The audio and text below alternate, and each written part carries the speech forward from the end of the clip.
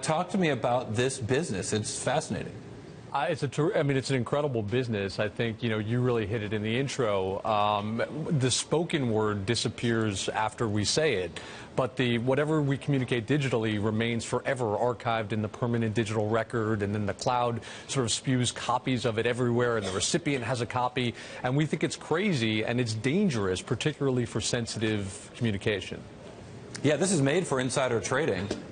Well, it wasn't made for insider trading. What is it made for? Like, what kinds of communication lend themselves to this? Yeah, if you think about it, anytime you send an email that says, confidential, don't forward, or hey, I'll call you, or can I get your, personal email address because I want to take this off the work servers, that's sort of an opportunity for Confide. And when you sort of drill down on that, you think about job references, you think about deal points, you think about conjecture or subjectivity on a sensitive matter, or maybe even some good-natured office gossip.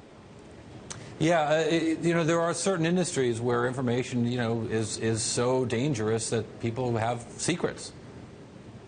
That's right, but people have sensitive information in every industry, and we just announced Confide for Business, which is going to be the enterprise solution for Confide, and we invited people into a beta, and we literally got about 1,000 inquiries, and this was from 14 countries and 25 different verticals, everything from tech to media to entertainment, from small and medium-sized businesses to Fortune 500 companies. So we think this is a global need across all sectors and all industries.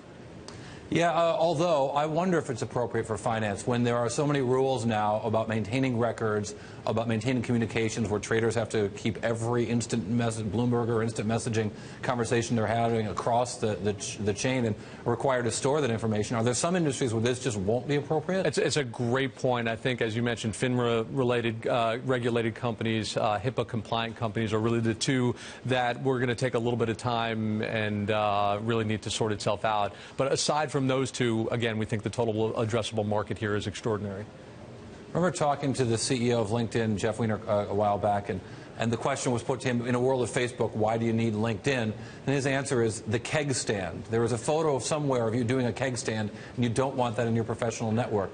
But he talks about what he's learned from Facebook as well in the same sentence. I wonder, was Snapchat your inspiration, and what have you learned from their success with users? Yeah, Snapchat has done an incredible job of really building the whole disappearing or ephemeral category, and you have to tip your hat to them. And really, it's funny you mentioned LinkedIn because we are targeted, laser targeted at the professionals and business people. And often we say, we are to Snapchat what LinkedIn is to Facebook. The Sony hack, which is, we don't know that cost Amy Pascal her job or not today, but that certainly raised a lot of eyebrows about the things that are said and taken in another context when they reach the broader world. Has that changed your adoption rate? It has been unbelievable. We were experiencing Really? we're experiencing terrific growth prior to the Sony hacks. It has completely accelerated our growth rate such that every week since the Sony hack has been a record-breaking week for us across all metrics. That's fascinating.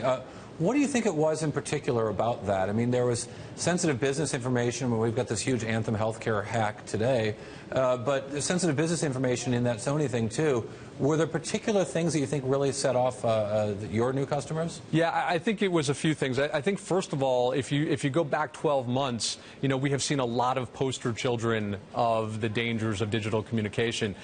First, it started with Snowden, right, and the fear and the vulnerability of surveillance and prying eyes. Then we got to the iCloud iHack scandal with Jennifer Lawrence and Kate Upton and the fear of the cloud. And then it culminated with Sony. And I think Sony, it really internalized it for everybody. And we said, wow, could you imagine if everything that we communicated via digital communication were exposed? And frankly, I think that's where we are as a society. We should expect that everything we communicate via email, IM, chat, anything we communicate digitally will be exposed at some point in the future.